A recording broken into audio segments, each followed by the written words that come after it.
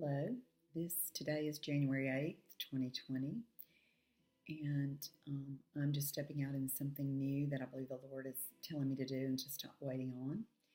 I'm doing what Galatians 1:10 says, which is something I've been praying over really the last year or so, especially last year, which Galatians 1:10, maybe this will encourage you, talks about where Paul said, if I was fearing man, I would not be obeying God, basically is what he says in that. I'll read the verse from the Amplified Bible. It says, now am I trying to win the favor of men or God? Do I seek to please men? If I were still seeking to please or seeking popularity with men, I should not be a bondservant of Christ. And I love Joyce Meyer. She's like a mentor. This is her Amplified Bible, Life Application Bible. And her little comment, her life point in here says, the Apostle Paul said in Galatians 1:10 that if he wanted to be popular with people, he would not be a servant of the Lord Jesus Christ. So basically, Paul says that needing people's approval in an unbalanced way can steal our destinies. We cannot always be God pleasers and people pleasers at the same time. So this is something that's just been stirring in me as to the other verses that I'm just going to give you for the foundation for this. And I'm just going to maybe not read them all. I'm just going to talk through this. It's a little uncomfortable. I'd rather be in front of people.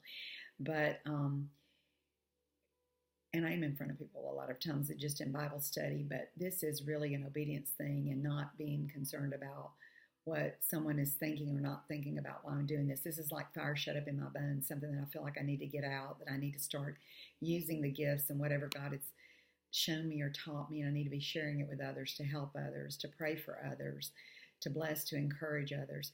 And 1 Peter 4:10 and 11 basically talks about us using our gifts, whatever your gifts are.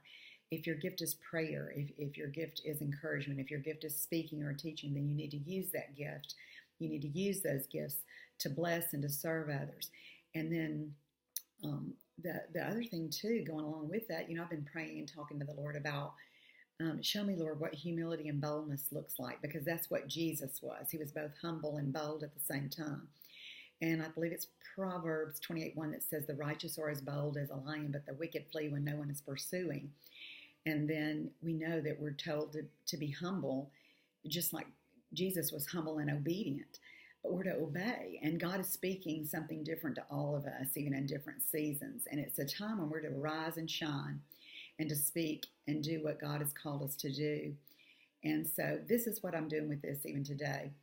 And so I hope you'll start checking out some of the other little YouTube clips that I'm going to make for my Joyful Jenny channel. And you'll look on the others that will explain why I've renamed myself Joyful Jenny and what God thought. Things weren't always so joyful. I haven't always been so joyful, but the joy of the Lord is my strength. And God has given me a restoration of joy in this season of my life. And it's for a reason, and it's to encourage others and to help awaken that joy of the Lord that is our strength within you and within others. But I just wanted to just share this a little bit today about just encouraging you. What is it that you're fearing? What are you fearing with people? The fear of men or women or other people, comparison, that is a snare and a trap, Proverbs tells us. But what is it that God is wanting to stir and awaken in you for you to release? That is obedience, is a step of obedience. It's not, you're stepping out of fear, and you're using it to bless and encourage others. It's not about self. We are to check our motives and to get back with God and say, Lord, what is it? And we've all got different gifts. And so God has been speaking to me lately too about humility. Humility is not hiding. We are to be a light, a city set on a hill. We're to share the light and the love of God. And so I just wanted to be obedient with just this little clip today. And so I want to remind you, I want to encourage you to fan into flame the gift of God that is in you. Get in the Word, get in prayer, and let God awaken that. And I want you to step out in that today, whatever that is. And I want you to remember, I wrote a little book. It's You Are the Truth Every Soul Should Know.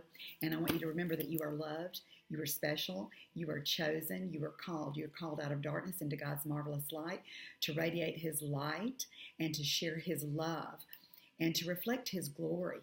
So I encourage you with that today. You're beautiful. You're fearfully and wonderfully made.